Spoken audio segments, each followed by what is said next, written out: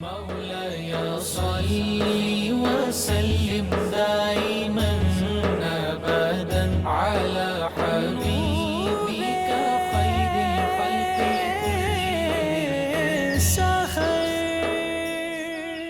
كلهم. بسم اللہ الرحمن الرحیم۔ السلام علیکم ناظرین، پروگرام نور سحر کے ساتھ آپ کا میزبان نذیر احمد غازی حاضر ہے۔ ناظرین کرام، اسماء باری تعالیٰ میں سے آج ایک اسم مبارک کا ہم ذکر پاک کریں گے۔ آج کا جو اسم مبارک ہے الرحمن۔ الرحمن اسماء الحسنہ میں شامل ایک اسم مبارک ہے۔ دنیا میں مومنوں اور کافروں پر اور آخرت میں صرف مومنوں پر رحم کرنے والا۔ قرآن حکیم میں لفظ الرحمن 48 مرتبہ آیا ہے۔ وَإِلَٰهُكُمْ إِلَٰهٌ وَاحِدٌ لَا إِلَٰهَ إِلَّا هُوَ الرَّحْمَٰنُ الرَّحِيمُ۔ اور تمہارا معبود ایک ہی معبود ہے، اس کے علاوہ کوئی سچا معبود نہیں۔ وہ دنیا و آخرت میں رحم کرنے والا ہے، نہایت مہربان، بہت رحم فرمانے والا ہے۔ الرحمن اور الرحیم یہ دونوں نام رحمت سے مشتق ہیں۔ یہ دونوں ہم معنی لفظ مبالغہ کے صیغے ہیں۔ رحمان کے معنی سب پر عام رحم فرمانے والا، اور رحیم کے معنی خاص خاص پر خاص رحم فرمانے والا۔ پانی، ہوا، صحت، بارش، سورج کی روشنی بلا تفریق سب کو عطا فرمائی۔ یہاں رحمانیت کی جلوہ گری ہے، لیکن ایمان، ولایت، نبوت، حکومت، عبادت یہ سب کو نہ عطا کیا گیا، بلکہ خاص خاص کو عطا کیا گیا۔ ان میں رحیم کے معنی کا ظہور ہے۔ دوست، دشمن، مومن، کافر سب کو اپنی رحمت سے نواز دیا۔ یہ سب صفت رحمانی ہی کا ظہور ہے، لیکن آخرت میں صرف اور صرف ایمان والوں پر رحمت و کرم ہوگا، کافر و مشرک پر عذاب ہوگا۔ یہ صفت رحیمی کا ظہور ہے۔ ناظرین کرام، آج ہم جس عظیم ہستی، جس ممدوح کا ذکر پاک کرنے کی سعادت حاصل کر رہے ہیں، ان کے بارے میں کسی نے 2 اشعار بڑے خوبصورت، کئی اشعار کہے تھے، 2 مجھے بہت پسند ہیں، اور آج میں ڈاکٹر معین نظامی اور اپنے ناظرین کی یہ نظر کر رہا ہوں۔ ڈاکٹر صاحب آپ کی نظر ہے۔ جانشین سید ابرار کی باتیں کریں، اور مصطفیٰ کے پہلے پہلے پیار کی باتیں کریں، اور جن کی نظروں میں ہمیشہ جلوائے جانا رہا، عاشقوں کے قافلہ سالار کی باتیں کریں۔ آج ہم عاشقوں کے قافلہ سالار کی جو ہے باتیں کریں گے، سعادت حاصل کریں گے۔ جان سارے رسول، غم گسار رسول، وفادار رسول، رازدار رسول، فداکار رسول، یار غار، یار مزار سیدنا ابو بکر صدیق رضی اللہ تعالی عنہ کے تذکار پاک ہوں گے۔ اس کو محبت اور ادب و تکریم کے جتنے سلیقے اور قرینے، انداز، سچے اور پاکیزہ جذبے جو ہیں، فنا فی رسول کی منزل کو اگر اپنی تمام تر عظمتوں، رفتوں، مکمل کامل شکل میں دیکھنا ہو تو وہ سیدنا صدیق اکبر کی ذات میں ہمیں نظر آتی ہے۔ ایک حدیث پاک میں آتا ہے کہ 360 خصائل ہیں، اور ان میں سے اللہ تعالیٰ جب کسی پہ کرم فرماتا ہے اور ایک خصلت کسی کے اندر آ جائے تو وہ جنت کا حقدار ہو جاتا ہے، اس کو جنت مل جاتی ہے۔ اور سیدنا صدیق اکبر کے بارے میں اللہ کے محبوب صلی اللہ علیہ وسلم نے فرمایا 360 خصائل تمام کے تمام صدیق اکبر کی ذات میں موجود ہیں۔ اور میں تو یہ کہتا ہوں، اگر عشق و محبت اور وفا کا کوئی مادی وجود ہوتا تو اس کا نام سیدنا صدیق اکبر رضی اللہ تعالیٰ عنہ ہوتا۔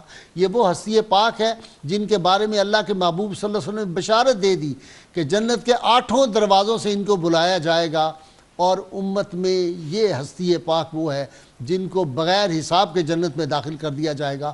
اور ناظرین، آپ کے لیے خوشخبری یہ ہے کہ سیدنا صدیق اکبر کو اجازت مل جائے گی کہ آپ بغیر حساب کے جنت میں جائیں، اور وہ عرض کریں گے بارگاہ رب العزت میں اس وقت تک نہیں جاؤں گا جب سے میرے محبان، مجھ سے محبت کرنے والے میرے ساتھ نہ جائیں۔ تو اللہ کریم فرما دیں گے ہم نے تو جب جنت پیدا کی اسی وقت اس کو کہہ دیا تھا کہ صدیق اکبر کے ساتھ ان کے چاہنے والے جو ہیں ان کے لیے بھی جگہ مخصوص کر دی گئی ہے۔ ناظرین کرام، یہ ہستی پاک وہ ہے جن کی وفا کی داستانیں بدر بھی بیان کرتا ہے، احد بھی بیان کرتا ہے، اور خندق بھی بیان کرتا ہے، اور تبوک بھی بیان کرتا ہے، اور سب کچھ راہ خدا میں لٹا دیا۔ اسی لیے اللہ کے محبوب صلی اللہ علیہ وسلم ارشاد فرمایا تھا میں نے دنیا کے تمام انسانوں کے احسانوں کا بدلہ دے دیا، صدیق اکبر کے احسانوں کا بدلہ اللہ قیامت میں دے گا۔ یہ ہستی پاک وہ ہے کہ رحمت کونین صلی اللہ علیہ وسلم کے وصال پاک کے بعد دین اسلام پہ بڑا نازک وقت آیا تھا، سلطنت مدینہ پہ بڑا نازک وقت آیا تھا۔ اس وقت جتنے جو فتنے تھے انہوں نے سر اٹھایا تھا، ان کی سرکوبی کی، اور میں یہ کہوں کہ دین اسلام کو اس وقت سہارا سیدنا صدیق اکبر رضی اللہ تعالیٰ عنہ نے دیا ہے۔ سیدنا صدیق اکبر کی شان بیان کریں کہ قرآن حکیم کی 32 آیات ان کی شان میں آئی ہیں، ان کے قرآن نے تذکرے کی ہیں، اور یہ وہ ہیں جن کے بارے میں جبریل امین حاضر ہوئے، عرض کیا یا رسول اللہ صلی اللہ علیہ وسلم، اللہ کریم پوچھتا ہے صدیق اکبر سے پوچھیں یہ ہم سے راضی ہے؟ سیدنا صدیق اکبر جو لباس پہنے وہ ملائکہ بھی لباس پہنے، اور زمین پر حاملان عرش ساکنان فرش سے زیادہ ان کو جانتے ہیں، اور رحمت کونین صلی اللہ علیہ وسلم کے جو زمین پہ 2 وزیر ہیں ان میں سے ایک ہے، اور اسی لیے سیدنا فاروق اعظم رضی اللہ تعالیٰ فرمایا کرتے تھے کہ کاش میں صدیق اکبر کے سینے کا ایک بال ہوتا، اور جن کی نیکیاں آسمان کے تاروں سے زیادہ تھے وہ بھی ان کی تعریف رتب اللسان ہے، اور سیدنا فاروق اعظم کی ساری نیکیاں اور صدیق اکبر کی ایک نیکی کا مقابلہ نہیں ہو سکتا۔ اور یہ وہ ہستی پاک ہے جن کو رحمت کونین صلی اللہ علیہ وسلم سب سے زیادہ جو مزاج شناس نبوت ہے وہ یہ تھے، اور کائنات کے سب سے بہادر، سب سے دلیر، سب سے عظیم دلیر فاتح خیبر، ان سے جب پوچھا جاتا ہے کہ یہ بچائیں کہ سارے ساتھی جو ہیں سارے صحابہ میں سب سے دلیر آپ کس کو سمجھتے ہیں، تو وہ کہتے ہیں صدیق اکبر کو میں سمجھتا ہوں، اس لیے کہ بدر کا میدان اس بات کی گواہی دیتا ہے سب سے زیادہ ہمارے اوپر اس وقت نازک وقت تھا، اور اس وقت جو تھے وہ صدیق اکبر رسول اللہ صلی اللہ علیہ وسلم کے سرانے کھڑے تھے اور آپ کی حفاظت کر رہے تھے، اور اللہ کے محبوب صلی اللہ علیہ وسلم فرمایا یہ صدیق اکبر تو میرے کان اور میری زبان ہے، صدیق اکبر جو ہیں۔ تو سیدنا صدیق اکبر رضی اللہ تعالیٰ عنہ کی جو خدمات ہیں، آپ نے کس طرح جو کذاب مدعیان نبوت تھے ان کا قلع کما کیسے کیا، اور یہ جو 1974 میں جو پاکستان کے آئین میں امینڈمنٹ ہوئی تھی اور حضور صلی اللہ علیہ وسلم کی ختم نبوت کا تحفظ ہوا تھا، یہ سیدنا صدیق اکبر کی سنت ادا کی گئی تھی۔ سیدنا صدیق اکبر رضی اللہ تعالیٰ عنہ کا عشق مصطفیٰ صلی اللہ علیہ وسلم، اگر وہ حدیث پاک لا یؤمن احدکم حتی اکون احب الیہ من والدہ وولدہ والناس اجمعین کا اگر عملی کوئی جو ہے وجود دیکھنا ہو، کوئی سراپا دیکھنا ہو، تو وہ سیدنا صدیق اکبر رضی اللہ تعالیٰ عنہ۔ میرا انٹرو لمبا نہ ہو جائے، بس ایک بات کر کے میں اپنے مہمانوں کا تعارف کراتا ہوں، اس طرف جاؤں گا۔ سیدنا علی المرتضیٰ شیر خدا نے فرمایا تھا الفضل ما شاہدت بہ الاعداء، آدمی کی عظمت یہ ہے کہ اس کے دشمن بھی اس کی عظمت کی گواہی دیں۔ گاندھی نے جب آسٹیرٹی ڈرائیو انڈیا میں شروع کی تھی، سادگی کی تحریک، تو وہ کھڑا ہوا اپنے نوجوانوں کے سامنے تقریر کرنے کے لیے۔ تو گاندھی جب کھڑا ہوا تو اس نے اب سوچنا شروع کر دیا کہ میں ان کو سادگی کی مثالیں کہاں سے دوں۔ تو گاندھی کہتا ہے I am not going to mention the name of Rama and Krishna, perhaps they were not historical personalities۔ بچوں میں تمہارے سامنے راما اور کرشنا کی مثال نہیں دے رہا، پتہ نہیں وہ تاریخی شخصیات بھی تھیں یا کوئی افسانوی کردار تھے، but I am compelled to mention the name of Abu Bakr and Umar, though they were masters of vast empires, but they lived a life of pauper۔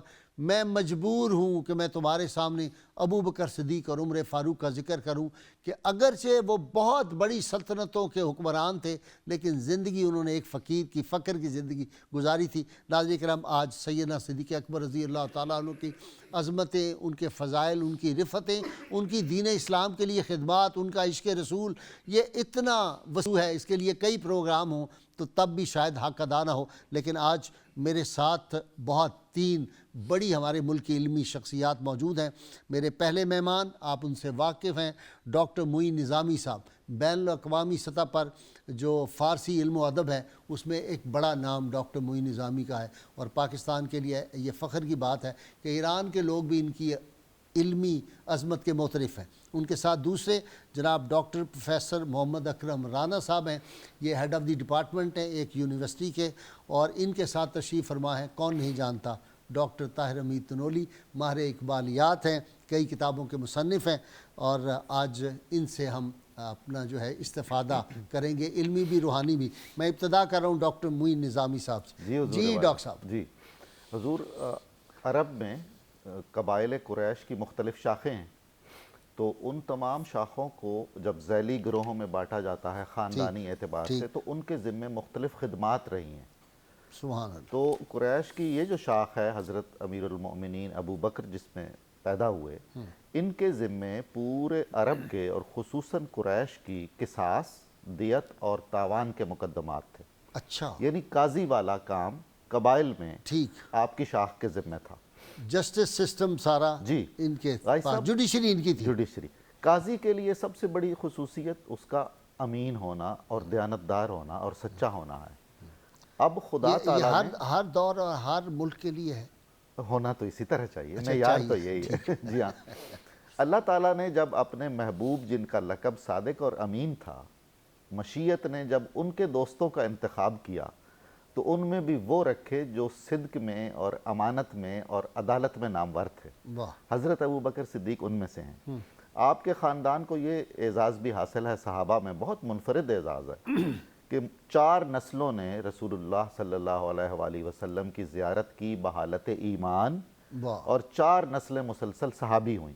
سبحان اللہ۔ رسول کریم صلی اللہ علیہ وآلہ وسلم سے 2.5 برس یا 3 برس کے قریب آپ کی عمر کم تھی، ٹھیک، اور شروع ہی سے حضرت محمد مصطفیٰ صلی اللہ علیہ وآلہ وسلم سے محبت تھی، آپ کو دوستی تھی، ٹھیک، اکثر حاضر خدمت ہوتے رہتے تھے، اور یہ سلسلہ ہجرت تک اور اس کے بعد تک بھی جاری رہا، آخری لمحے تک۔ ٹھیک، امیر اب تک بھی جاری ہے۔ اب تک جاری ہے جی، اب تو ایسی دائمی صحبت ہے، واہ، دائمی جنت میں صحبت بھی، ہے۔ جنت میں جی بھی ہاں، اکٹھے۔ آپ فرما رہے تھے نا کہ صدا دی جائے گی قیامت کے دن، 8 جنت کے دروازوں میں سے پکارا جائے گا۔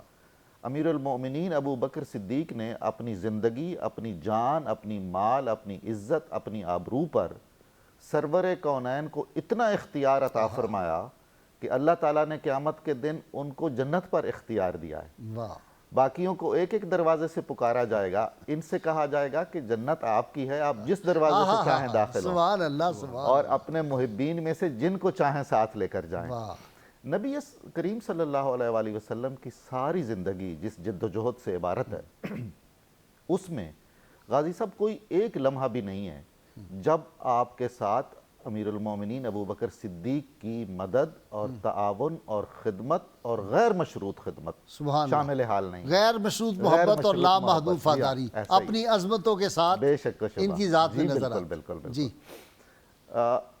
خدمت اسلام جو آپ نے کی ہے وہ تو بعد کا مرحلہ ہے، اس سے پہلے کے بہت سارے مراحل ہیں۔ نبی کریم صلی اللہ علیہ وسلم کے در اقدس پر امیر المؤمنین ابو بکر صدیق صبح بھی حاضر ہوتے تھے اور شام کو بھی حاضر ہوتے تھے۔ تاجر تھے، کپڑے کی تجارت کرتے تھے، قریش کا تخصص رہا ہے تجارت میں، اور تجارت میں اللہ تعالیٰ نے ان کے لیے بڑی ہی برکتیں اور فوائد رکھی تھی۔ وہ سارے فوائد اور برکات، وہ مال حضرت خدیجہ کا ہو یا مال حضرت ابو بکر کا ہو یا حضرت عثمان کا ہو، وہ خدمت اسلام میں صرف ہوا ہے، سبحان اللہ، اور سبحان اللہ، اسلام کے پودے کو ایک تنومند درخت بنانے میں توفیق الہی اور تائید نبوی اور ایثار صحابہ کرام ہے، خصوصاً ان خلفائے راشدین کا۔ بھائی صاحب، جنت کی بات ہو رہی ہے، میں یہیں یہ بات کر دوں، عشرہ مبشرہ وہ 10 ہستیاں ہیں جن کو نبی کریم صلی اللہ علیہ وآلہ وسلم نے زندگی میں ان کے جیتے جی جنت کی بشارت دی ہے۔ ان میں سے 5 وہ ہیں جو ابو بکر صدیق نے غلام تھے اور ان کو خرید کر آزاد کیا، راہ اسلام کے لیے وقف کیا، کئی گنا زیادہ قیمت دے کئی گنا زیادہ قیمت دے کر۔ ان کے والد نے کہا ایک بار کہ یہ تم کمزور لوگوں کو، غریبوں کو خریدتے ہو، تمہیں اپنے دست و بازو بنانے چاہیے، طاقتور اور تگڑے لوگوں کو خریدو، خدمت لو۔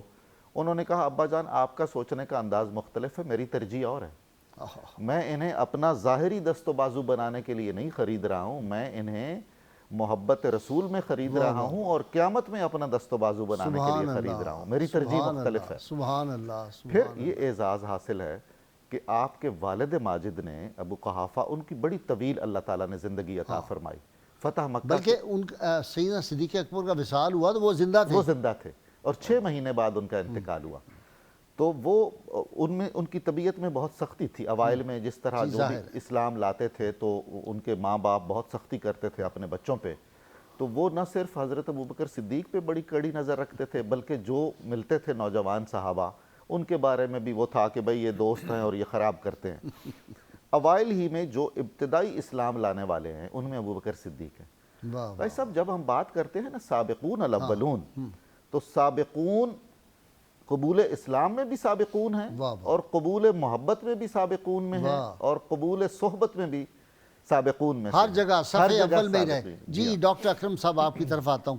پروانے اقبال نے کہا پروانے کو چراغ ہے بلبل کو پھول بس، اور صدیق کے لیے ہے خدا کا رسول بس۔ جی بسم اللہ الرحمن الرحیم۔ جناب غازی صاحب آپ نے بڑی اچھی تمہید باندھی ہے ماشاءاللہ۔ حضرت ابوبکر صدیق رضی اللہ تعالی عنہ بڑی ایک ایسی شخصیت ہیں۔ میں اس زاویے سے بات کرنا چاہتا ہوں کہ اللہ تبارک و تعالیٰ نے ہمارے نبی پاک صلی اللہ علیہ وسلم کو منتخب کیا، ٹھیک، نبی پاک صلی اللہ علیہ وسلم کو رسول بنا کر اس دنیا میں بھیجا، وہ انتخاب تھا۔ ٹھیک، چنانچہ وہ قوتیں جو عملی بھی تھیں اور عقلی بھی تھیں نبی علیہ السلام کو ودیعت کر دی گئی۔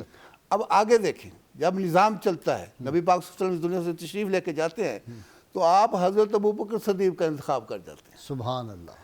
تو وہ قوتیں جو اللہ تبارک و تعالیٰ نے لوازم نبوت کے طور پر ان کو ودیعت کی تھی نبی پاک صلی اللہ علیہ وسلم کو، وہی قوتیں پھر حضرت ابوبکر صدیق رضی اللہ تعالیٰ عنہ میں ٹھیک ودیعت ہو جاتی ہے۔ اگرچہ آپ نبی نہیں تھے لیکن نبی والے وہ سارے کام کر کے گئے جو اللہ تبارک و تعالیٰ سیرت مصطفیٰ صلی اللہ علیہ وسلم میں ڈھلے ہوئے تھے، وہ ان کا عکس تھے، انہوں نے وہ سارے کام کیے۔ اور اتنی محبت نبی پاک صلی اللہ علیہ وسلم سے کہ ہر پہلو میں آپ دیکھیں کہ پہلے سب سے پہلے ایمان لانے والے حضرت ابوبکر صدیق، سبحان اللہ، غار یار حضرت ابوبکر صدیق رضی اللہ۔ بلکہ وہ حدیث پاک بھی ہے نا کہ میں نے جس پہ اسلام پیش کیا انہوں نے تھوڑا تردد کیا، سوچا، صدیق اکبر نے ایک لمحہ بغیر کی تردد فوراً ہی، اور آپ صدیق کہلائے، آپ عتیق کہلائے، یعنی بلکہ یہ ایک تو روایت یہ ہے نا کہ حضرت ابوبکر صدیق نے اپنے آپ کے معراج کی صداقت کو ثابت کیا۔ آپ نے یہ معراج میں بھی جب نبی پاک صلی اللہ علیہ وسلم نے واپس تشریف لائے معراج سے، سر اس سے پہلے اچھا جب فرشتوں نے، یہ ایک روایت ہے، فرشتوں نے پوچھا، آپ نے پوچھا کہ میری یہ تصدیق کون کرے گا؟ آپ نے فرمایا آپ پرواہ نہ کریں، حضرت ابوبکر صدیق رضی اللہ تعالیٰ عنہ موجود ہے، وہ آپ کی تصدیق کریں گے۔ جبریل امین نے کہا، جبرائیل امین نے کہا یا رسول اللہ آپ کے وہ تصدیق کریں گے۔ یہ اتنا بڑا رتبہ، اور پھر آپ کی بیٹی حضرت عائشہ صدیقہ رضی اللہ تعالیٰ عنہ آپ کے عقد میں، ٹھیک، آپ کا جو اتنا تعلق ہے حضور صلی اللہ علیہ وسلم سے، اور پھر جب آپ کو حضور صلی اللہ علیہ وسلم کو غزوے کے لیے کسی مال کی ضرورت پڑی تو آپ نے سارا اپنا گھر کا مال جو ہے وہ راہ اسلام میں، راہ دین میں، تبوک میں آپ نے اس کو صدیق کے لیے ہے خدا کا رسول بس، سب کچھ قربان تو آپ کی اتنی محبت تھی حضور صلی اللہ علیہ وسلم سے کہ حضور صلی اللہ علیہ وسلم کو بڑا حوصلہ رہتا تھا۔ وہ حضرت عبد الرحمن والی کیا بات ہوئی تھی، بیٹے والی بدر میں، وہ کیا بات؟ ہاں جی، وہ بھی ان کے ساتھ مطلب ہے جو ہے نا جی، کہ کہہ دیا کہ اگر تو میری تلوار کے نیچے آتا، ہاں میں نہ چھوڑتا آپ کو، میں نہ چھوڑتا تمہیں۔ تو اس طرح حضور صلی اللہ علیہ وسلم غیرت جو دینی یعنی ہر جنگ میں سر آپ کا ساتھ دیا ہے۔ جنگ بدر میں کوئی غزوہ ایسا نہیں، کوئی غزوہ ایسا نہیں ہے جس میں حضرت ابوبکر صدیق نے آپ کا ساتھ نہ دیا۔ اچھا جی، اپنا ڈاکٹر طاہر امید تنولی، ایک ہے صدیق اور ایک ہے صدیق، تو کہتے ہیں کہ صدیق کا مطلب تو سچا، اور صدیق کا مطلب ہے با وفا دوست، بے شک وفا کا اشارہ ہے اس میں۔ اور اسی لیے جبریل امین نے، جو ڈاکٹر صاحب نے بھی بات کی، ڈاکٹر اکرم نے، کہ رسول اللہ صلی اللہ علیہ وسلم جب پوچھا کہ میری پھر تصدیق کون کرے گا کہ ایک لمحے کے اندر گئے اور آئے اور سارے جنت کے نظارے دیکھے، آسمان دیکھے، تو انہوں نے کہا صدیق اکبر، جبریل امین نے عرض کیا صدیق اکبر آپ کی گواہی دیں گے، تصدیق کریں گے۔ اور پھر کیسی کی جی، کمال نہیں کر دیا جی۔ آپ اس طرف آ جائیں ذرا کہ آپ نے اس وقت جب اسلام پہ نازک موقع آیا تو کیسے سنبھالا دیا؟ جی غازی صاحب، بالکل جیسے ابھی آپ نے آپ کے اسم پاک کے والے سے بھی بتایا کہ سیدنا صدیق اکبر کا نام ہی یہ بتاتا ہے کہ آپ سراپا وفا اور سراپا قربانی اور آپ صلی اللہ علیہ وسلم کے لیے ایک فدائیت کا پیکر تھے۔ ٹھیک غازی صاحب، جیسے ڈاکٹر صاحب نے بھی اس کی طرف اشارہ کیا، شروع سے جب ہم دیکھتے ہیں تو سیدنا صدیق اکبر کی جو والہیت ہے سرکار دو عالم صلی اللہ علیہ وسلم کے ساتھ، آپ دیکھیں جب آپ صلی اللہ علیہ وسلم حضرت ابو طالب کے ساتھ شام کے سفر پہ تشریف لے گئے تو ہمیں تاریخ میں پتہ چلتا ہے کہ سیدنا صدیق اکبر نے حضرت بلال کو ساتھ بھیجا خدمت کے لیے، ٹھیک اور ان کے جو آقا تھے ان کو اس کے لیے باقاعدہ پے کیا، ٹھیک یعنی کہ تاکہ وہ آپ صلی اللہ علیہ وسلم کی راستے میں خدمت کریں۔ اچھا آپ دیکھیں جب بنو ہاشم پہ سخت وقت آیا اور بنو ہاشم منتقل ہو گئے شاہ ابی طالب میں، تو باوجود اس کے کہ آپ بنو ہاشم سے نہیں تھے، آپ شاہ ابی طالب میں آپ صلی اللہ علیہ وسلم کے ساتھ رہے۔ یعنی صدیق اکبر کی جو غم گساری ہے اور آپ صلی اللہ علیہ وسلم کی زندگی کے اندر اور آپ صلی اللہ علیہ وسلم کے ساتھ ہر مرحلے پہ ساتھ رہنا ہے۔ ہم دیکھتے ہیں کہ کوئی ایسا موقع نہیں ہے جہاں پہ سیدنا صدیق اکبر کی جو شمولیت ہے وہ ہمیں نظر نہیں آتی۔ وہ نہیں کہ جب حرم مکہ میں رسول اللہ صلی اللہ علیہ وسلم پہ تشدد کر رہے تھے اس وقت تو آپ دیکھیں کوئی جرت نہیں کر کوئی سکتا نہیں تھا کر آگے سکتا بڑھنے تھا، کی، اور آپ بے سیدنا ہوش ہو صدیق گئے، اکبر۔ اور آپ بے ہوش ہو گئے، اور جب آپ کو اٹھا کے لایا گیا، جب ہوش آیا کہ ایک دو دن کے بعد، تو آپ نے پہلا سوال ہی یہ کیا کہ آپ صلی اللہ علیہ وسلم کی خیریت دریافت کی۔ تو یہ جو آپ کا ایک تعلق تھا وہ آگے چل کر کے جس طرف آپ اشارہ کر رہے ہیں، جب آپ کے اوپر خلافت کی ذمہ داری آئی تو اس وقت اسلام کو جس ایک تائید کی ضرورت تھی، اسلام کو جن اقدامات کی ضرورت تھی، وہ صرف سیدنا صدیق اکبر ہی کر سکتے تھے۔ کون سے فتنے کون سے دیکھیں جیسے علامہ نے کہا کہ ہمت او کشت ملت راچو ابر ثانیے یارو ثانیے غارو بدرو قبر، کہ یہ آپ کا مقام ہے کہ آپ کی ہمت نے جو اسلام کی ابتدا کو طاقت عطا کر دی۔ ٹھیک جب ہم فتنوں کو دیکھتے ہیں گائی صاحب، تو فرام ویری فرسٹ آپ دیکھیں جب آپ نے خلافت کی ذمہ داری سنبھالی تو آپ نے مسلم سوسائٹی کو اور مسلم ریاست کو، جو پہلی ریاست تھی، اس کو افتراق سے بچا لیا، کیونکہ اگر اس وقت آپ خلافت کی ذمہ داری نہ سنبھالتے تو آپ دیکھیں اسی وقت تفریق کا امکان پیدا ہو چکا تھا، جب انصار نے یہ موقف اختیار کیا کہ یا تو خلیفہ انصار میں سے ہو، اگر انصار میں سے نہیں ہوتا تو دو خلیفے ہو جانے چاہیے، ٹھیک ایک انصار میں سے ہو جائے اور ایک مہاجرین میں سے ہو جائے، لیکن آپ سیدنا صدیق اکبر نے اس پہ انہیں کنونس کیا کہ یہ ہو نہیں سکتا، اگر آپ اس طرح کریں گے تو پھر آپ کی ریاست تقسیم ہو جائے گی۔ اچھا اس کے بعد جو بڑے فتنے پیدا ہوئے، جیسے زکوٰۃ کا مسئلہ پیدا ہوا، زکوٰۃ کا جب انکار کیا گیا، اب اس موقع پہ سارے صحابہ اس حق میں تھے کہ اسلام کا ابتدائی زمانہ ہے، اس وقت ہمیں حکمت سے کام لینا چاہیے، اس میں سختی نہیں کرنی چاہیے، سختی نہیں کرنی چاہیے۔ تو حتیٰ کہ جب سیدنا عمر نے بھی یہ بات کی تو آپ نے فرمایا عمر دور جاہلیت میں تو آپ ایسی بزدلی کی باتیں نہ کرتے تھے، اب آپ کیسی بات کر رہے ہیں؟ ہائے ہائے ہائے۔ سیدنا عمر فرماتے ہیں جب ابو بکر نے یہ بات کی مجھے ایسے لگا کہ ابو بکر کے کلمات سے اللہ نے مجھے شرح صدر عطا کر دیا ہے اور ابو بکر کا فیصلہ درست ہے۔ اچھا جب آپ نکلے آپ نے فرمایا میں تنہا جاؤں گا اونٹنی پہ بیٹھ کے، میں اس لشکر کو روانہ کروں گا چاہے چیلیں اور کوے مجھے کیوں نہ کھا جائیں، اور آپ اونٹنی پہ بیٹھ گئے۔ سیدنا علی مرتضیٰ نے اونٹنی کو پکڑ لیا، اس کی مہار کو، فرمایا امیر المومنین ہم آپ سے اختلاف نہیں کر رہے تھے، ہم تو مشورہ دے رہے تھے، ہوگا وہی جو حکم ہوگا۔ اچھا پھر پتہ ہے وہ جب جن علاقوں میں زکوٰۃ پہلے انکار کیا تھا، پھر وہ جب لے کے آئے نا تو ڈھیر لگ رہا تھا، تو سیدنا عمر فاروق نے آگے بڑھ کے ان کی پیشانی کو بوسے دیے کہ آپ کی بالکل حکمت زبردست ہے۔ سبحان اللہ سبحان اللہ۔ اچھا غازی صاحب آپ دیکھیں کہ اسلام کا، بلکہ اس سے بھی پہلے ہمیں اس بات کا ذکر ضرور کرنا چاہیے کہ اسلامی ریاست کی جو آئینی، دستوری، انتظامی اور خارجی اور دینی بنیادیں تھیں انہیں سیدنا صدیق اکبر نے مستحکم کر دیا۔ سبحان اللہ۔ اب دیکھیں آپ کا پہلا خطبہ اٹھا کے دیکھیں، جب آپ نے فرمایا میں خلیفۃ الرسول ہوں، میں اللہ کا نہیں رسول اللہ صلی اللہ علیہ وسلم کا خلیفہ ہوں جائے گی، اور ہونے والا ہر حکمران ذات رسالت مآب صلی اللہ علیہ وسلم کا نائب ہوگا، اور آپ ہی متاع مشہود ہوں گے، آپ ہی حقیقی جو ہیں وہ سپر آرڈینیٹ ہوں گے اسلامی ریاست کے۔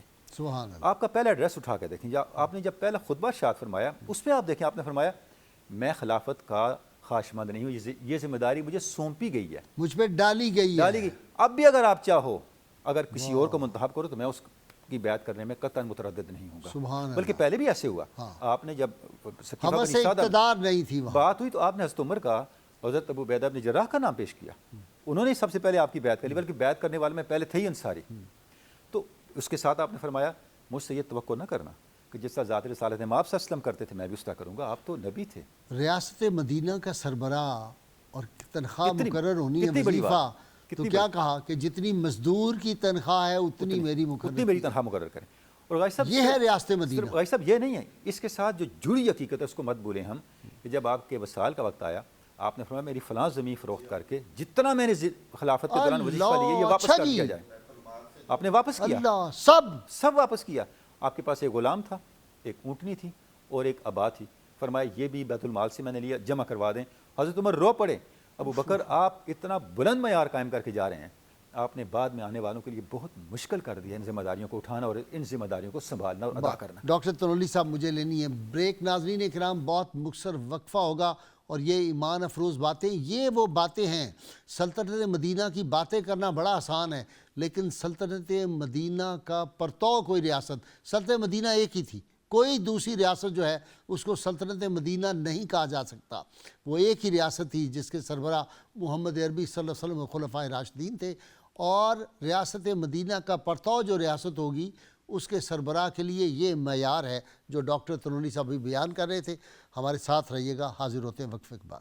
مولاي صل وسلم دائما أبدا على حبيبك خير الخلق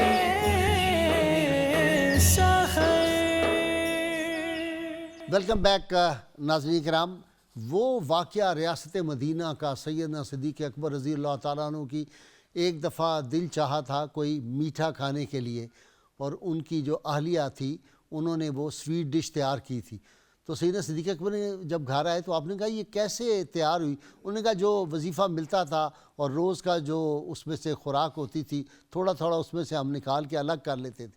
تو آپ نے اسی وقت جو بیت المال کا سربراہ تھا اس کو بلا کر اتنا میری تنخواہ میں سے کم کر دیں، یہ وظیفہ جو ہے کہ اس کے بغیر بھی گزارا ہو سکتا ہے۔ ناظرین کرام، ریاست مدینہ جو سیدنا صدیق اکبر عمر فاروق وہ سٹینڈرڈ قائم کر گئے تھے، علی المرتضیٰ شیر خدا جو سٹینڈرڈ قائم کر گئے تھے۔ آپ کو پتہ ہے ام کلثوم جو تھیں، ایک دن سیدنا علی المرتضیٰ شیر خدا کا دور ہے اور آپ آئے ہیں خلیفۃ المسلمین، گھر میں داخل ہوئے، دیکھا کہ بیٹی جو تھی اس نے روٹی کے اوپر تھوڑا سا زیتون کا تیل لگایا ہوا تھا اور شہد لگایا ہوا تھا۔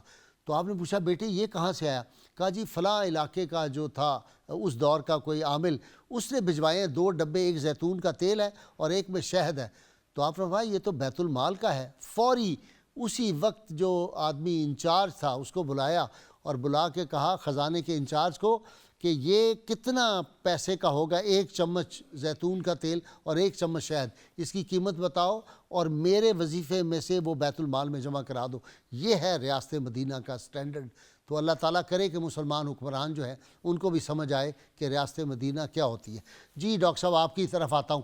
ادب کے سلیقے اور قرینے، جب یہ آیا نا لا ترفعوا اصواتکم فوق صوت النبی، تو سیدنا صدیق اکبر نے بارگاہ رسالت میں آپ صلی اللہ علیہ وسلم میں عرض کیا یا رسول اللہ اب میں سرگوشی کیا کروں جی ہاں، کیونکہ مجھے خیال ہے کہ شاید میں اونچا بولتا ہوں اللہ تو بے ادبی نہ ہو جائے، حالانکہ میری نیت نہیں ہوگی۔ اللہ تو رسول کریم صلی اللہ علیہ وسلم نے آپ کو بشارت دی کہ آپ مستثنیٰ ہیں، آپ کے لیے تو ہے نہیں یہ۔ سبحان اللہ۔ آداب رسالت ہی میں آپ نے وہ معیار بھی قائم کیا جو سچی بات یہ ہے کہ وہی کر سکتے تھے۔ واہ، ممبر رسول پر صلی اللہ علیہ وآلہ وسلم پر آپ اس مقام پر کبھی تشریف آپ نے نہیں رکھا جہاں رسول کریم بیٹھتے تھے، اللہ، بلکہ اس زینے پہ بیٹھتے تھے جہاں قدمین رسول ہوتے تھے۔ سبحان اللہ، سبحان چنانچہ یہ جب بنیاد رکھ دی گئی تو اس کے بعد آنے والا ہر خلیفہ ایک ایک سٹیپ نیچے بیٹھتا رہا واہ کہ یہی حق ہے۔ واہ واہ واہ، ریاست مدینہ کی بات ہے غائی صاحب، تو اس حوالے سے عرض ہے کہ جب امیر المومنین خلیفہ ہوئے ابو بکر صدیق تو آپ تاجر تھے، آپ بازار کی طرف جانے لگے، مارکیٹ کی طرف۔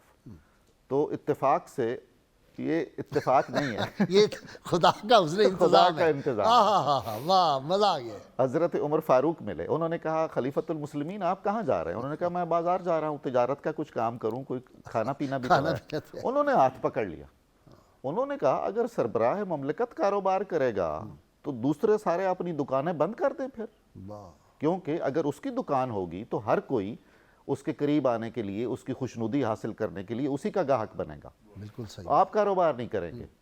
چنانچہ یہ طے ہوا کہ بقدر کفایت، ضرورت کے مطابق ان کا روزینہ مقرر کر دیا جائے، وظیفہ، اور جو آپ نے فرمایا کہ ایک مزدور کی جتنی مزدوری ہوتی ہے اتنا دیا جائے۔ 2 چادریں آپ لیتے تھے بیت المال سے، اور جب وہ پرانی ہو جاتی تھیں تو واپس جمع کرواتے تھے اور تب نہیں لیتے تھے۔ اللہ اکبر، اللہ اکبر۔ آپ حضرت عمر نے پوچھا کہ امیر المومنین آپ نے بیت المال کی حفاظت کا بہت زیادہ انتظام نہیں کیا ہوا؟ انہوں نے فرمایا ابو بکر صدیق نے کہ میں نے بہت بہترین انتظام کیا ہے، ایسا انتظام تو شاید ہی کبھی کوئی کرے۔ پوچھا کیا ہے؟ آپ نے فرمایا کہ جو ہی بیت المال میں پیسہ جمع ہو جاتا ہے میں ضرورت مندوں میں تقسیم کر دیتا ہوں۔ بیت المال پر عہد صدیقی میں کبھی تالا نہیں لگا، کبھی کوئی چوکیدار نہیں قائم ہوا، اللہ آپ تقسیم کر دیتے تھے۔ سبحان اللہ۔ چنانچہ جب آپ کا وصال ہوا ہے تو عمر فاروق ایک پوری ٹیم کے ساتھ بیت المال میں گئے تو ایک گدڑی یا بوری پڑی ہوئی تھی، گٹو سا، کچھ پیسہ نہیں تھا پورے بیت المال میں، اس کو ہلایا جلایا گیا تو 1 دینار اس میں سے نکلا۔ اللہ جب حضور غنیمت کا مال آتا تھا یا زکوٰۃ کا مال آتا تھا تو حضرت صدیق اعلان فرماتے تھے کہ وہ تمام لوگ آ جائیں جن سے میرے رسول نے کوئی وعدہ کیا ہوا ہے عطا کا واہ یا صلہ دینے کا وعدہ کیا ہوا ہے، سبحان اللہ۔ اور ظاہری حیات میں وہ وعدہ ایفا نہیں ہو سکا آپ کے وصال کی وجہ سے، تو لوگ آتے تھے اور کہتے تھے صحابہ کہ ہاں ہم سے رسول اللہ نے یہ وعدہ کیا ہوا تھا۔ تو ایک صحابی جب آئے تو انہوں نے کہا مجھ سے رسول اللہ صلی اللہ علیہ وسلم نے کہا تھا کہ اب جو مال آئے گا نا میں تمہیں دوں گا۔ آپ کے آنسو آ گئے، آپ نے تم نے مجھے بتایا نہیں ہے، لے لو یہ مال۔ انہوں نے دونوں ہاتھوں سے پیسے اٹھائے، وہ گنے تو کوئی 500 کے قریب درہم تھے، اسی حالت میں آنسو بہہ رہے ہیں۔ تو حضرت ابوبکر صدیق نے کہا کہ ان کو ایک طرف رکھ کے اب 1000 اور گن کے لے جاؤ، ہائے کیونکہ تم میرے اعلان 2-3 اعلان ہو چکے ہیں اس بیچ میں۔ یہ 1000 درہم اضافی وہ ہے کہ حکم رسول صلی اللہ علیہ وآلہ وسلم کی تعمیل میں لا علمی کی وجہ سے کچھ کوتاہی ہوئی ہے۔ واہ واہ اگر علم ہوتا اور کوتاہی ہوتی پھر تو سزا مختلف تھی۔ واہ واہ واہ۔ کیا بات ہے غازی صاحب، یہ بہت باریک نکتہ ہے۔ جہاں اچھا جی، سربراہ مملکت ہیں جی ہاں اور نابینا عورت جس کے منہ میں دانت بھی نہیں ہیں، اور مدینہ سے باہر جانا اور صبح کی نماز کے فوری بعد یا اس سے پہلے جا کے اس کو کھانا کھلانا، کس طرح پہلے اپنے منہ میں اس کو نرم کرنا کر کے پھر اس کے منہ میں رکھنا کہ دانت نہیں ان کو چبانا نہ پڑے۔ تو پھر وصال سیدنا عمر فاروق گئے تو کیسے؟ جی ہاں، وہ ذرا اگر واقعہ ذہن میں ہو آپ تو ارشاد ہاں فرمائیے۔ جی۔ تو جب وہ سیدنا عمر فاروق پیچھے گئے، انہوں نے دیکھا کہ یہ جاتے ہیں روز، ہر روز پتہ چلا یہ اس جو بڑھیا ہے اس کو جا کے کھلاتے ہیں۔ تو سیدنا عمر فاروق نے لقمہ توڑا روٹی کا، اس کے منہ میں رکھا تو اسے چیخ ماری، اسے کہا خلیفۃ المسلمین کا وصال ہو گیا، انتقال ہو گیا۔ انہوں نے کہا آپ کو کیسے پتا چلا؟ انہوں نے کہا وہ تو روٹی چبا کے نرم کر کے دیتے۔ جی ایسا ہی ہے۔ اور غازی صاحب وہ بھی دیکھ لیجئے نا، جب آپ خلیفہ ہو گئے تو ایک بچی آئی، اس نے کہا اب آپ بادشاہ ہو گئے، ہاں ہائے ہائے ہائے، اب آپ بادشاہ ہو گئے ہیں تو آپ ہماری بکریاں دو کے ہمیں دودھ دیتے تھے، تو کیا اب ہوگا ایسا؟ آپ نے فرمایا میں جب تک زندہ ہوں، میں رسول اللہ کے مصلی پہ بیٹھا ہوں، یہ فریضہ میں ادا کرتا رہوں گا۔ تو خلیفۃ المسلمین رعایا کے ان تمام لوگوں کو جن کی جسمانی مدد فرماتے تھے، خدمت کرتے تھے، وہ آپ نے جاری رکھی، اس کی کوئی مثال نہیں ملتی ہے۔ واہ واہ۔ حضور کذاب جو تھے مدعیان نبوت، ان کے خلاف جتنا استحکام اور ثبات کے ساتھ آپ نے مسیلمہ کذاب سے جو جنگ ہوئی ہے، جنگ ہوئی ہے، کمال ہے، کوئی معمولی مسئلہ۔ جنگ یمامہ، جنگ یمامہ، اتنی خوفناک جنگ، جی 1200 صحابہ شہید ہوئے ہیں جی۔ جی ہاں، 1200 صحابہ شہید ہوئے۔ اللہ۔ اور پھر کچھ خواتین تھیں جو عیسائی تھیں اور وہ علاقے میں رہتی تھیں، تو وہ کافی اشعار پڑھتی تھیں جو اسلام کے خلاف ہوتے تھے، تو آپ نے ان کے خلاف بھی بہت ایکشن لیا۔ بہت کہا گیا کہ اس میں یہ مصلحت ہے، اس میں یہ مصلحت ہے، اس میں یہ مصلحت ہے، تو آپ فرماتے تھے کہ مانعین زکوٰۃ، جنہوں نے زکوٰۃ کا انکار کیا ہے، جب تک وہ ایک رسی جو ان پر لازم ہے اونٹ کی اللہ، وہ بھی نہیں جمع کروائیں گے تو میں نہیں رکوں گا۔ کہا گیا کہ مدینے پہ حملہ ہو جائے گا، اور حملے ہوئے بھی۔ تو آپ نے فرمایا کہ مدینے پر حملہ ہوتا ہے تو ہو، مجھے گھسیٹ کے گلیوں میں بھی پھرائیں تو پھرائیں، لیکن زکوٰۃ تو وصول ہوگی۔ اور گستاخان رسول سے کوئی نرمی ہو نہیں سکتی، ہرگز نہیں، بلکہ ایک جگہ کسی کے گستاخ رسول کے وہ دانت اکھڑوا دیے تھے، بالکل اکھڑوا دیے تو آپ نے کہا کہ تمہیں نہیں پتا گستاخ رسول کے ساتھ صرف موت ہے، لیکن قانون میں دیکھیے، یہ قانون ہے دنیا کا کہ ایک جرم کی 2 سزائیں نہیں ہو سکتی، اگر پہلے ہو گئی ہے اب ان کو قتل تو نہیں کیا جا سکتا۔ آپ نے وہی تو افسوس کیا کہ تمہاری لا علمی کی وجہ سے اسے کم سزا مل گئی ہے اور 2 بار سزا اب نہیں ہو سکتی ہے۔ تو یہ جو ہمارا ملک کا 295 سی ہے، یہ وہی سنت ادا ہو رہی ہے۔ اچھا جی ڈاکٹر صاحب، سیدنا صدیق اکبر کے بارے میں مفسرین نے لکھا کہ باتیں ان کو بہت پسند تھی، چہرہ مصطفیٰ صلی اللہ علیہ وسلم کی تلاوت ہر وقت کرنا، دیکھتے رہنا، اور سارا مال راہ خدا میں خرچ کرنا، اور پھر اپنی جو بہت پیاری صاحبزادی تھی ان کو رسول اللہ کے نکاح میں دے دی۔ جی ہمارے اپنا حضرت ابوبکر صدیق رضی اللہ تعالیٰ عنہ نے استحکام ریاست کے لیے بڑے کام کیے ہیں۔ جی، ان میں آپ کا ایک بہت بڑا کام جو ہے وہ حفاظت قرآن ہے۔ ہاں، قرآن پاک بہت کو بڑا جمع کام۔ کرنا ایک ایسا کارنامہ ہے جو رہتی دنیا تک یاد رہے گا۔ ٹھیک، ویسے تو آپ کا ہر کام ہی زرعی تھا، لا ریب، لیکن یہ لا ریب بہت تھا، بڑا لیکن کام۔ یہ ایسا کارنامہ تھا جو آپ پہلے کرنا نہیں چاہتے تھے، اچھا۔ کیونکہ نبی پاک صلی اللہ علیہ وسلم نے اپنی زندگی میں نہیں کیا تھا۔ آپ کوئی ایسا کام نہیں کرتے تھے جو حضور صلی اللہ علیہ وسلم نے اپنی زندگی ظاہری میں نہ حیات میں، کیا کہ زندگی تو اب بھی ہے، ہاں جی، ظاہری حیات۔ ظاہری حیات میں۔ تو صحابہ لیکن چاہتے تھے کہ یہ ایسا نہ ہو کہ قرآن مجید مٹ جائے یا خدا نخواستہ اس کی کوئی آیات رہ جائیں۔ تو وہ آئے آپ کے پاس، کہنے لگے حضور یہ کام کرنا بہت ضروری ہے کہ ہم قرآن پاک کو جمع کریں۔ آپ نے فرمایا یہ میں کیسے کر سکتا ہوں جو ہمارے نبی پاک صلی اللہ علیہ وسلم نے اپنی حیات میں نہیں کیا، ظاہری حیات میں۔ تو انہوں نے کہا کہ یہ امت کے لیے بڑا ایک علمی سرمایہ ہے، اگر یہ ضائع ہو گیا تو اسلام طبعاً نعوذ باللہ ختم ہو جائے گا۔ صحیح۔ تو آپ نے کہا اچھا مجھے وقت دو تھوڑا سا، سوچنے کا وقت۔ سوچنے کا مجھے وقت دو۔ تو دوسرے دن شرح صدر ہو گیا کہ یہ کام جو ہے اس کے بغیر تو نظام ریاست ہی نہیں چل سکتا، نظام حکومت ہی نہیں چل سکتی۔ تو آپ نے فوراً حکم دیا کہ قرآن پاک کو جمع کیا جائے۔ حضرت زید بن ثابت کو اس کام کے لیے آپ نے مقرر کر دیا۔ چنانچہ ہر وہ شخص، اعلان کرا دیا گیا باقاعدہ، مدینہ میں، مکہ میں، ادھر ادھر سارے جہاں بھی کوئی صحابہ موجود ہیں جن کے پاس آیات موجود ہیں، لکھی ہوئی ہیں، زبانی یاد ہے، وہ آئیں اور یہ اس کو ڈکٹیٹ کروا دیں۔ اور ہر آیت کے لیے، ہر حکم کے لیے دو، یعنی نص جو حکم ہے، ٹیکسٹ ہے، دو گواہیاں ضروری ہیں کہ دو آدمیوں کے پاس ہو تاکہ وہ جمع ہو جائے۔ اب ایک ایسی آیت تھی جس کے پاس جو ہے نا وہ ایک ہی گواہ تھا، ایک ہی گواہ تھا۔ تو وہ آئے کہ یہ تو دوسری گواہی لو، حضرت خزیمہ بن ثابت انصاری کی بات ہے۔ ہاں۔ تو انہوں نے کہا کہ مجھے یاد ہے حضور صلی اللہ علیہ وسلم نے کہا تھا کہ جب ایسا وقت آئے کہ خزیمہ بن ثابت کی گواہی کی ضرورت ہو تو یہ دو آدمیوں کے برابر ان کی گواہی ہوگی۔ تو اس طرح قرآن پاک دو گواہوں کے ذریعے ہر آیت کو جو ہے کمپائل کر دیا وہ گیا، محفوظ کر دیا گیا۔ محفوظ کر دیا گیا۔ اس کو صوف کا نام دیا گیا۔ واہ۔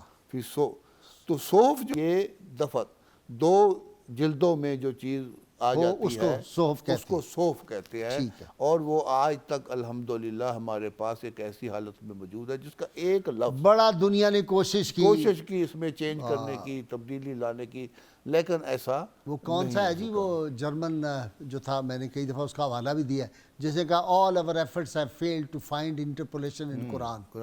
تو قرآن حکیم میں نولدکی نے کہا تھا نا، یہ جو انسائکلوپیڈیا برٹینیکا کی 8th جلد تھی، اس میں اس نے کہا نا کہ پوری کوششیں کی تھی نا برلن یونیورسٹی میں، 42,000 قرآن حکیم کے نسخے جمع کیے، اور انہوں نے کہا کہ اس میں کوئی ہم تفریق نکالیں کہ یہ نسخہ، تو جب ساری ریسرچ کی تو نولدکی پھر لکھتا ہے all our efforts have failed to find interpolation in Quran۔ قرآن وہی ہے جو صدیق اکبر دے گئے تھے مدون کر۔ اچھا جی، سیدنا صدیق اکبر واحد راوی ہیں اس حدیث پاک کے کہ مولا علی کے چہرے کو دیکھنا عبادت ہے۔ سبحان اللہ۔ اس سے پتہ چلتا ہے کہ ان کی باہمی الفت و محبت کیا تھی۔ بھائی صاحب آپ دیکھیں، یہ جو باہمی الفت و محبت تھی اہل بیت اطہار کے ساتھ، صحابہ کرام کی، سیدنا صدیق اکبر کی، خانوادہ بنو ہاشم اور خانوادہ سیدنا علی مرتضیٰ کے ساتھ، آپ دیکھیں کہ اس کا تو ہر سٹیپ پہ آپ کو نسلوں میں نظر آتا ہے۔ آپ امام جعفر الصادق کا قول کیوں نہیں کوٹ کرتے یہاں؟ سبحان اللہ۔ دیکھیں آپ نے فرمایا مجھے ابو بکر نے 2 دفعہ جنا، کہا سبحان ٹھیک ہے اللہ۔ نا جی۔ تو یہ امام جعفر الصادق کی جو والدہ تھی سیدنا امام باقر کی جو اہلیہ تھیں، وہ سیدنا صدیق اکبر کی پوتی تھیں، تو والدہ کی طرف سے وہ ان کی اولاد، تو یہ تو ایک ایسا گہرا تعلق ہے جو کئی جہاد سے موجود ہے۔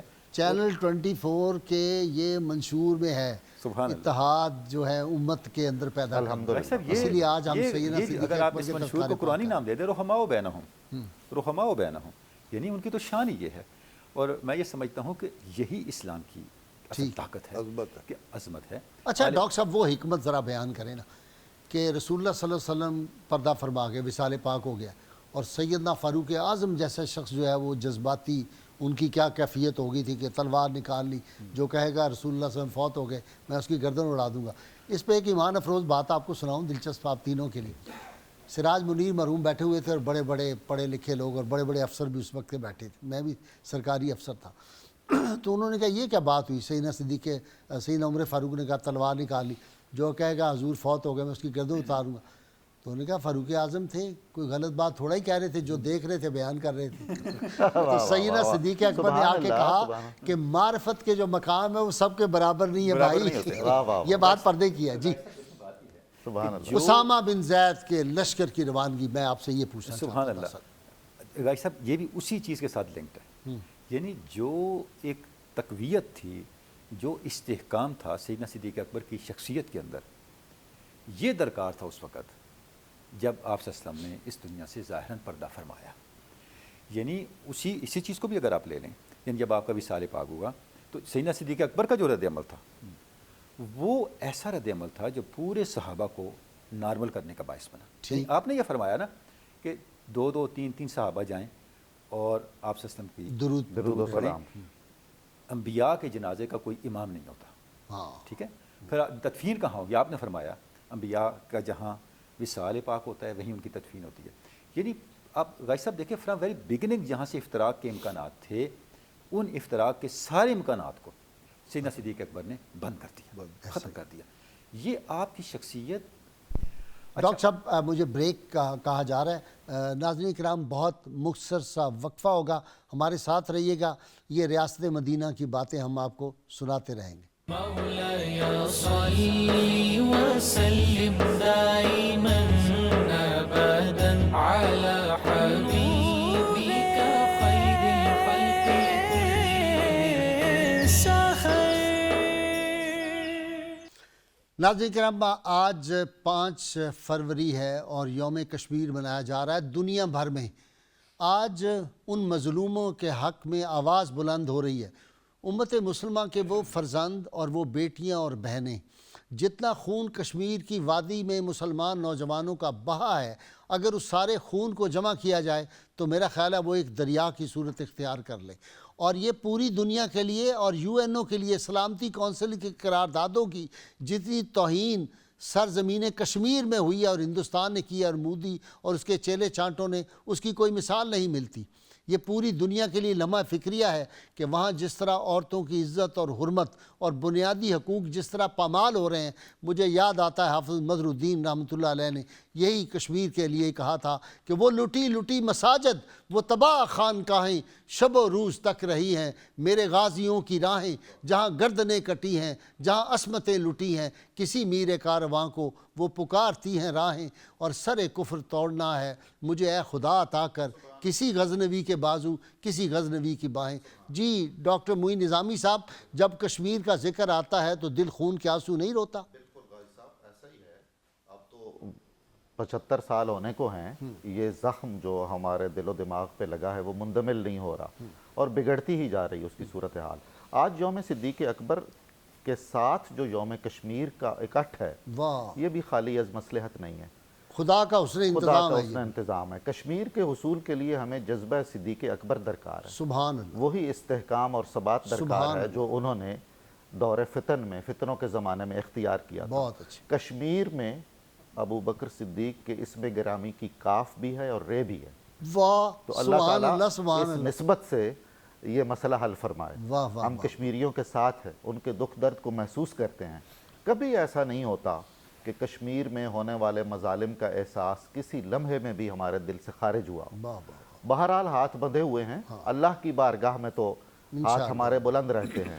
جی ڈاکٹر تنولی صاحب، کسی نے کہا تھا کہ کشمیر کے حوالے سے ابھی تک دختر بدحال تجھ کو یاد کرتی ہے، ابھی تک عصمت پامال تجھ کو یاد کرتی ہے، اور مسلمان نہاں خانہ دل کو مورد آلام کرتی ہے، مسلمان تیری غیرت کے ماتم میں صبح کو شام کرتی سبحان ہے۔ اللہ۔ یہ ساری ملت کے غازی لگے صاحب ہیں۔ جو کشمیر کا مسئلہ ہے یہ یونائٹڈ نیشن کے ایجنڈے پہ سب سے قدیم ترین مسئلہ ہے، ٹھیک یہ عالمی ضمیر کے لیے ایک لمحہ فکریہ ہے۔ ٹھیک، غازی صاحب کشمیر میں آپ دیکھیں ایک جیل بنا کے رکھ دی گئی ہے، یہ دنیا کی سب سے بڑی جیل ہے، 8 لاکھ فوج وہاں پہ موجود ہے جس کی پوری دنیا میں کوئی مثال نہیں ملتی۔ غازی صاحب آپ دیکھیں وہاں پہ اتنا لمبا لاک ڈاؤن دنیا میں، 370 آرٹیکل اور 35A کو ختم کرنے کے بعد کشمیریوں کے ہر بنیادی حقوق کو وہاں سلب کر لیا گیا ہے، ان کو دعائیں میسر نہیں ہیں، ان کے بچے تعلیم سے محروم ہو رہے ہیں، قبرستان شہروں سے بڑے ہو گئے ہیں۔ اور غازی صاحب میں عرض کروں کشمیر وہ قوم ہے کشمیری جنہوں نے یہ ثابت کیا ہے کہ مسلمان اپنی موت کو اپنی زندگی سے زیادہ عزیز رکھتا ہے جب وہ اللہ کی راہ میں دے رہا ہو۔ واہ واہ، ان کا 75 سال کا سفر ہمارے لیے نہیں پوری انسانیت اور امت مسلمہ کے لیے لمحہ فکریہ ہے. کرنا کیا ہے گائز صاحب؟ دیکھیں ہم نے عسکری محاذ پہ اگر نہیں ہو سکتا تو سفارتی محاذ پہ انسانی حقوق کے مسئلے کے طور پہ اس کو اٹھانا ہے اور وہ تائید فراہم کرنی ہے کشمیریوں کو کہ دنیا کے ضمیر پر یہ بات منکشف ہو، ان پہ یہ واضح ہو کہ یہ وہ لوگ ہیں، آپ ان کو اگر بنیادی حقوق نہیں دیں گے تو اس دنیا میں انسانیت کا نام جو ہے مٹ جائے گا. ہم انسانیت کے نام کو مٹانے کی طرف جا رہے ہیں. ڈاکٹر صاحب 57 اسلامی ممالک ہیں، اگر یہ سب مل کے ایک سٹینڈ لیں زوردار، میں تو کہتا ہوں صرف ہندوستان کی جو ریاست ہندوستان ہے اس کے ساتھ صرف معاشی اس کا مقاطع کر دیا جائے، بائیکاٹ کر دیا جائے تو دوسرے دن کشمیر ڈاکٹر صاحب میں عرض کرتا ہوں اس کی بھی ضرورت نہیں ہے. آپ صرف اپنی ول پیدا کر لیں کہ ہم کشمیر کے ساتھ کھڑے ہیں. ٹھیک، صرف کشمیر کے ساتھ کھڑے ہو جائیں تو کشمیر آپ کا آزاد ہو جائے گا. مسئلہ یہ ہے کہ ہم نے کشمیریوں کو بطور ملت اسلامیہ نے کیا سپورٹ فراہم کی ہے. بنیادی مسئلہ تو یہ ہے بھائی اللہ کے محبوب صلی اللہ علیہ وسلم کے کیا ارشاد ہے کہ سارے مسلمان جو ہیں جس واحد کی طرح ہے. جب اس کے ایک عضو کو تکلیف ہو تو پورا جسم اس تکلیف کو محسوس کرتا ہے. تو ہم نے تڑپ اور میں وہ جو سمجھتا ہوں تھی وہ کدھر جائے کشمیریوں کی استقامت، ان کی پامردی اور جد و جہد کا تسلسل جو ہے وہ ہمارے لیے ایک لمحہ فکریہ ہونا چاہیے، ہماری ایک ویک اپ کال ہونی چاہیے. ٹھیک، تو اس کو جتنی جلدی اس مسئلے کو دنیا حل کرے اتنا ہی زیادہ دنیا کا امن سیکیور ہوگا. ورنہ غازی صاحب یہ تو ایک ایسا رشتہ ہوا زخم ہے جو پوری دنیا کو متاثر کرے گا. اس کا نقصان پوری دنیا تک جائے گا، یہ پوری دنیا کے اندر بدامنی کا باعث بنے گا کیونکہ یہ انسانیت کا خون بہہ رہا ہے. اس کو مسلمانوں کا خون نہ سمجھیں صرف. دیکھیں وہاں ہندو بہت اچھی بات جو مکار سازشیں ہو رہی ہیں، دیکھیں وہ تو ڈیموگرافی چینج کر رہے ہیں آپ کی. وہاں پنڈتوں کو بسایا جا رہا ہے، رائٹس دیے جا رہے ہیں، ہندوؤں کو وہاں بسایا جا رہا ہے. اور وہاں پہ لوگوں کو ہر وہ بندہ جو وہاں 7 سال سے 10 سال سے 15 سال سے سیٹلڈ ہے. اب یہاں تک دیکھیں غازی صاحب جو لیٹسٹ لا پاس ہوا ہے، اگر وہاں کوئی 15 سال سے گورنمنٹ آفیشیل اپوائنٹڈ ہے، رہتا بھی نہیں، اس کو بھی ڈومیسائل دے دو. یہ لیٹسٹ لا بنا ہے. وہاں بلڈنگ ریفارمز ایکٹ آ گیا ہے جس کے تحت اب وہاں پہ ایجنسیاں جو ہیں بھارتی فوج جو کسی بلڈنگ کو سیکورٹی رسک قرار دے کے اپنے قبضے میں لے سکتی ہے. مطلب وہاں ایسے قوانین بن رہے ہیں، دنیا میں کہیں اس کی مثال ملتی ہے. تو ہم یہ سمجھتے ہیں کہ ان سب چیزوں کو ہائی لائٹ کرنا چاہیے، دنیا کے سامنے لانا چاہیے اور کم از کم اتنا تو کروا لیں ہم کہ عالمی پریس کو جانے کی اجازت دے دیں، عالمی میڈیا کو جانے کی اجازت دے دیں.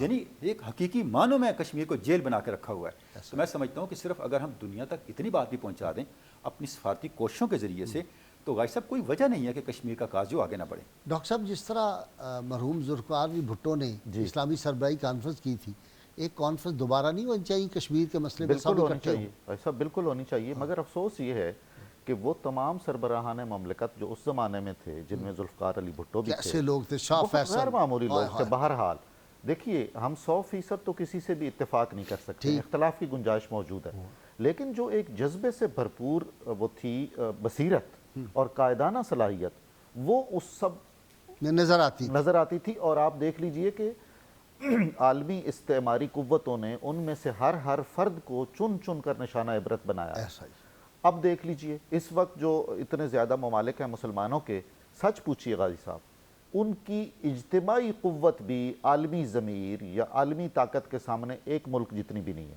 نہیں، اگر ہوتی تو کچھ مسائل حل ہو جاتے. فلسطین ہمارا بہت بڑا طیب مسئلہ، بردگان 2-4 پیدا ہو جائے عالم اسلام میں تو ایک دفعہ پتہ چل جائے. ایسا ہی ہے. غازی صاحب آپ دیکھیں ڈاکٹر صاحب کچھ بات جی ڈاکٹر صاحب آپ میں ایک بات کرنا چاہتا تھا کہ اللہ تعالیٰ نے دنیا کو دکھا دیا ہے کہ دیکھیں جب مودی نے ان کو لاک ڈاؤن کر دیا کشمیر کو، اللہ تبارک و تعالیٰ نے ساری دنیا کو لاک ڈاؤن کر دیا. یہ نکتہ کوئی سمجھتا نہیں ہے کہ سر دیکھیں اسلام جو ہے یہ ان الدین عند اللہ الاسلام، اللہ کے نزدیک تو دین اسلام ہے، لہذا دین اسلام کی پیروی کرنے والے لوگوں پر جب ظلم و ستم ہوگا کہ اللہ تعالیٰ خاموش ہوگا. اس نے ساری دنیا کو دکھا دیا. لیکن پھر بھی جو ضمیر جو ہے جھنجھوڑ رہا ہے، کہہ رہا ہے کہ یہ مسلمان تکلیف میں ہیں، پریشانی میں ہیں، مصیبت میں ہیں، ان کا ساتھ دینا چاہیے. یہ تو آپ امت مسلمہ کی بات کر رہے ہیں، ان کو متحد ہونا چاہیے. جب تک یہ اکٹھے نہیں ہوں گے کشمیر کا مسئلہ بڑا مشکل ہو جائے گا. لہذا ان کو ایک آواز اٹھا کر کہنا چاہیے کہ کشمیر جو ہے یہ آزاد ہونا چاہیے اور یہ ان کا حق ہے.